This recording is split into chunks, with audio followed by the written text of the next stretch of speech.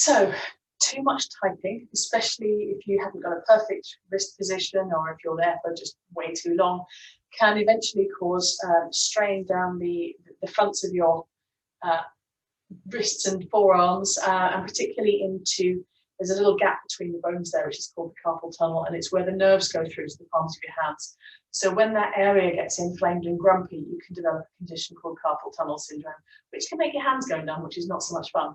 So this is a good stretch to stretch out the carpal tunnel area, stretch out your forearms, and really stretch out all of the finger joints and the wrist joints and all the rest of it. So here we go.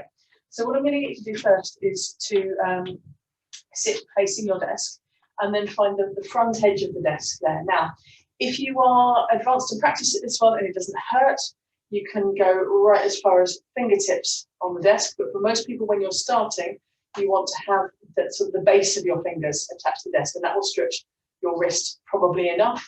But if you have been doing this for longer and you're better at it and more flexible, you can go straight to fingertips.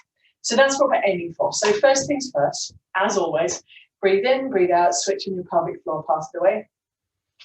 So we're just going halfway with the pelvic floor. Then you want to make sure that your feet are evenly distributed over the ground. So you've got equal weight on left and right foot, equal weight on left and right butt cheek.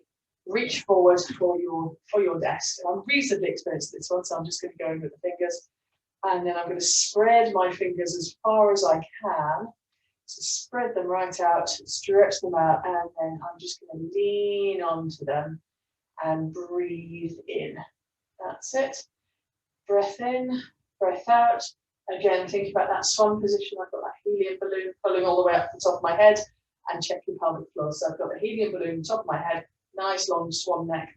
I've got my pelvic floor switched on, and I've got a real stretch through the my fingertips and the nerves down there. If you are struggling with that, you can bend the elbows slightly. That's fine, and that will take the stretch off the nerves around the elbow area. So we're going for the stretch there. And then what I'm going to get you to do to stretch out even more is bring your hands into your chest. So just check the pelvic floor still on, long neck.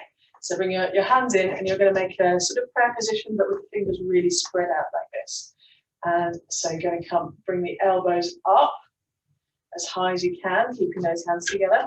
And then we're going to rotate the forearms one way and the other way. And one way and the other way. And then we're going to come all the way this way as far as we can. I'm going to take a couple of breaths in. And on the out breath, I'll go a little bit further. Breathe in. And on the out breath, try and go a little bit further. And then we're going to go the other way. Breath in. And on the out breath, try and go a bit further. Breathe in. And on the out breath, try and go a little bit further. Good. And then shake your hands out and relax your pelvic floor. So that is a wrist and forearm stretch.